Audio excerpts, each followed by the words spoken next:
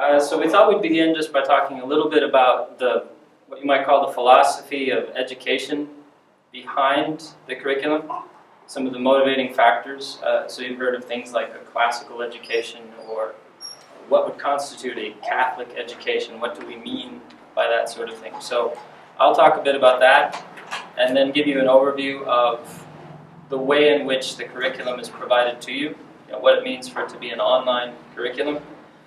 And then Alicia will take over to talk about more of the details of what a co-op week would look like, basically. So starting from your Sunday nights, going through Friday, what would you need to do? What would the teachers be doing? What would the parents be doing, just to get ready and to to execute the process, if you will. So I wanted to mention 4 points in regards to the philosophy behind what we do.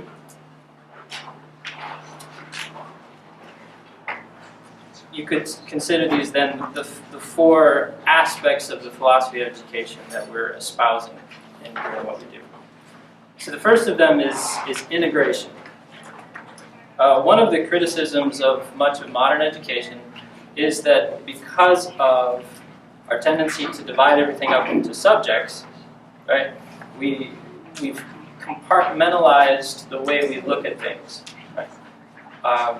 So somebody could study one thing in science, something else in history, something else in economics, something else in mathematics, and the level of education can be very excellent, can be well done in each of these individual courses. But what we've found problematic about that approach is that it tends to leave kids without the most fundamental aspect of what education is aiming at, and that is wisdom or understanding. And in classical and medieval philosophy, this would have been talked about as the way in which all of the different subjects interact together, sort of the web of knowledge and the way in which we connect all of these different things to come up with a way of thinking about what it means to be a human being, what it means to live in the universe, what it means to know God, right? As the Catechism says, right? What is the purpose of human life? It's to know, to love, to serve God. And so what we want to do is provide an education that doesn't compartmentalize as much, that gives the opportunity for the kids to start to understand these connections. So we do this in a couple of ways. One, we integrate across ages. So the curriculum is set up on a 3-year historical cycle, right? So you first deal with ancient and classical times, then the Christian age, and then modern times, and we keep passing back through this cycle. So if you started kindergarten or first grade, you'd go through it 4 times. You'd make 4 passes through this. And the family, regardless of age, they're all on the same page with this cycle. And this has a lot of course, pragmatic worth to it. Just the simple fact that you're not trying to recall American history at the same time as remember, the interactions between the Greeks and the Persians, and also try to explain some sort of papal teaching that came up in the Middle Ages. It just puts your family on the same page. So it's integrated in that way. We also try to integrate across subjects. And this has more to do with what I spoke about a moment ago in terms of integrating for an understanding of things, or wisdom. So instead of having the subjects completely cut off, we try to write the curriculum such that you're making reference to things in other subjects that have play in one area. So your theological teaching for a week has something to do with what's going on in history, and that ties into some of the things that are happening in science too, because these things are never separated in the way they've developed in Western civilization. Right? Our developments in theological understanding have run parallel to and have interacted with our hard science understanding. So you get the idea. There's this attempt to bring the subjects into closer interaction so that the students can begin to practice what we would call understanding, to see how ideas connect and how these come together to give them an understanding of the whole. So that's the first principle, is integration. The second thing that I would mention, the second principle, would be, as you often hear about with what people call classical education, we try to emphasize the true, the good, and the beautiful. Okay? This has to do with integration, as you can guess, in part, because when we start to see the systematic whole that is the universe, right? This is, throughout all of history, what's led man to propose that there is a God, right? Because we see the way in which the whole forms a universe, a cosmos. Both are words that talk about unity and talk about order. Cosmos literally means order from the Greek. And so what we want is for them to realize the grandeur of things and to see it as not merely fact, but as an icon of God, in a sense, right? We want them to be caused to look for the theological significance in things as mundane as mathematics. Interestingly, math used to be called the sacred science.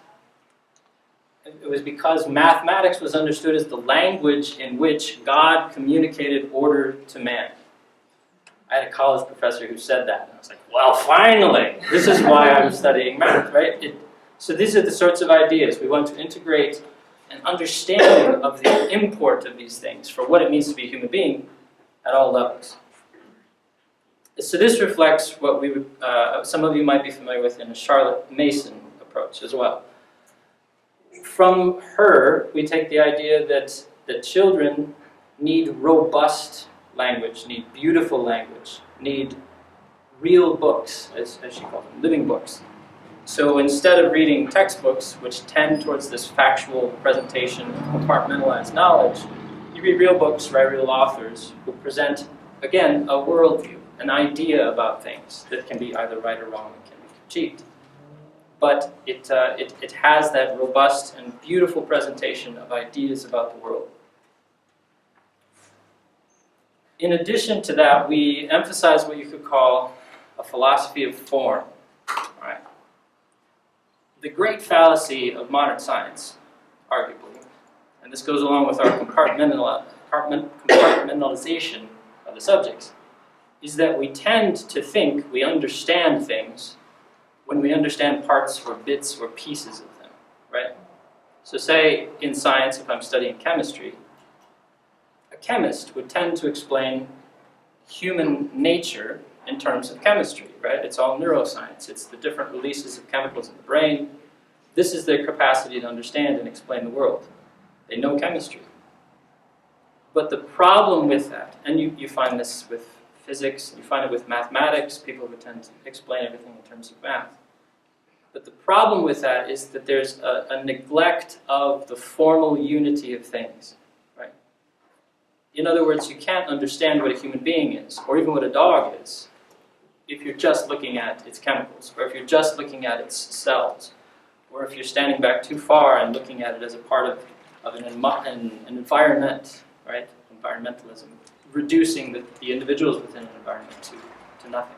So the point here would be that in art and in science, we emphasize the creation of formal and beautiful wholes and the observation of formal and beautiful wholes.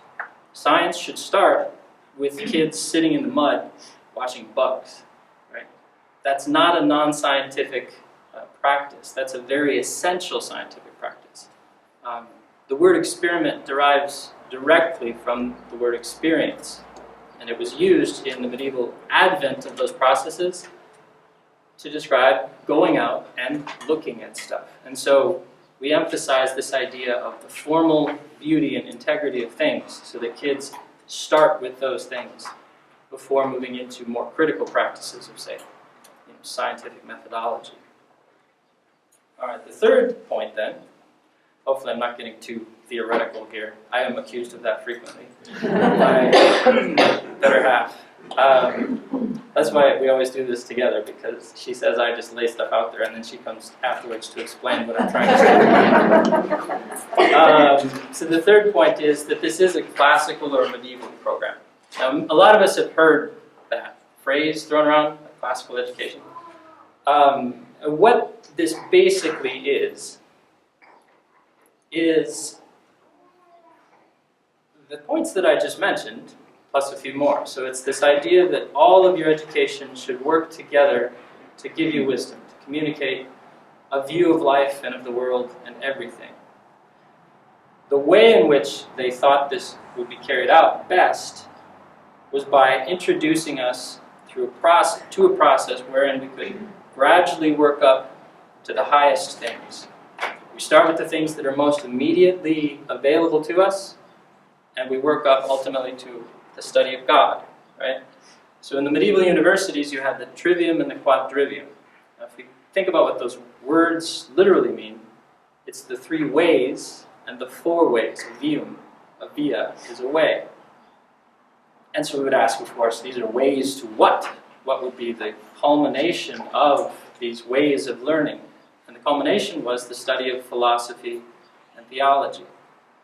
So when we're talking about giving somebody an integrated understanding of the whole, they would say, you can't have that until you get to theology, until you get to the ultimate causal explanation of the whole. And so what we do with that is, in the lower levels, we emphasize the things that I mentioned, right? We emphasize the absorption of good and true and beautiful things. This is sometimes referred to as the grammatical stage. The point of it being simply, you take in, right? You take in, you take in, you take in. Kids memorize like nothing. So we give them really good stuff to memorize and really good stuff to experience and to know. And it fills them up with this robust appreciation for what's real and good and true. Then when we move into the upper level classes, we actually do follow the courses prescribed by the trivium and the quadrivium. So that's when we begin with logic, rhetoric, and grammar, logic, and rhetoric. Those are the three ways. So these deal with how we are reasoning about and using language and thought. They're all about language arts, basically. Right? And then we get into the quadrivium, when they've mastered the basic tools of thinking.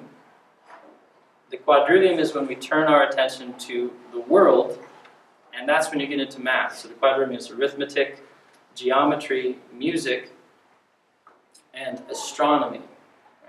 So that's the understanding of math, simply math in space is geometry. Space and time is music, and space-time and physical reality in a different sense for them was astronomy, to see it laid out in the heavens.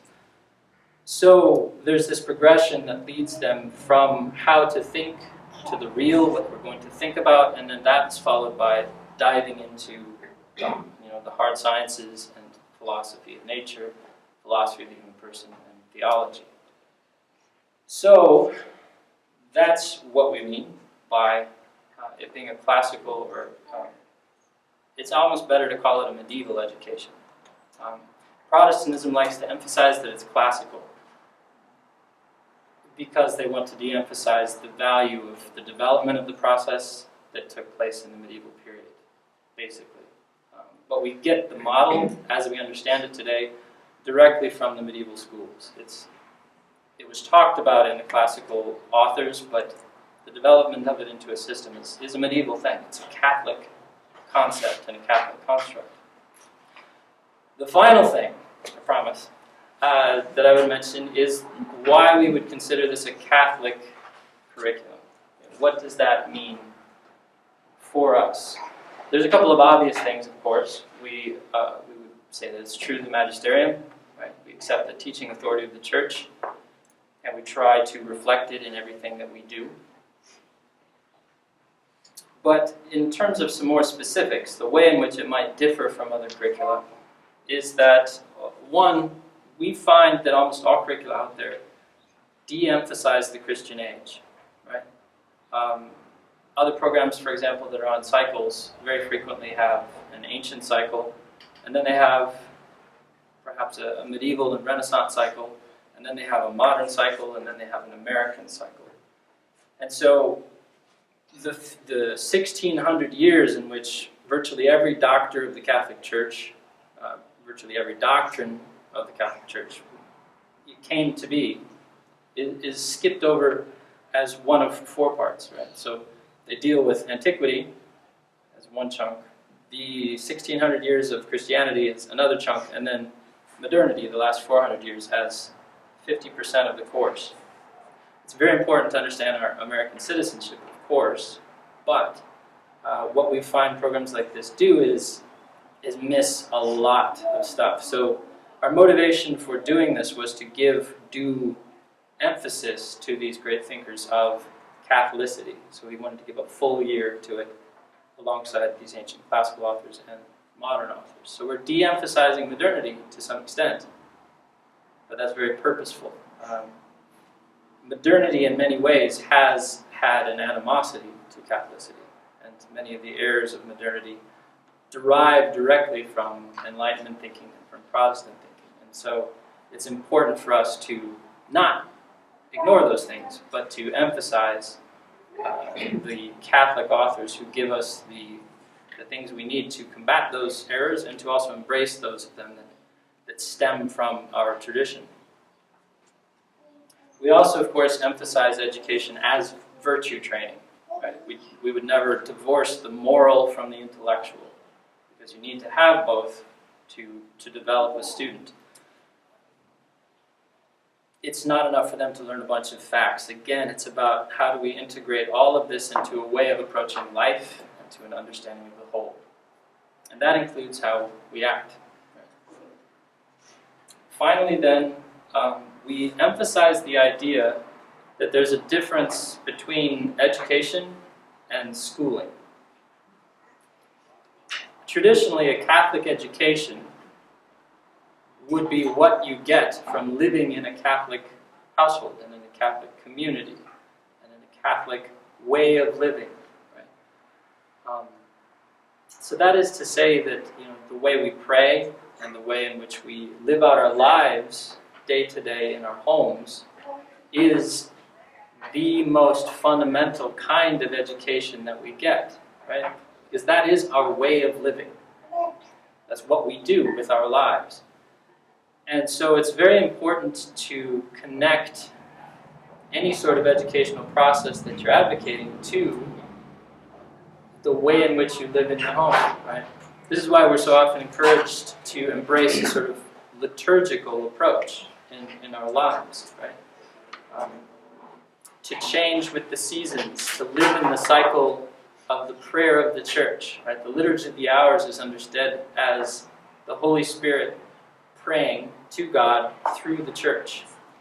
And charity is understood ultimately as, it's defined in various ways, as friendship with God, or living in God, so to speak. This is what grace is.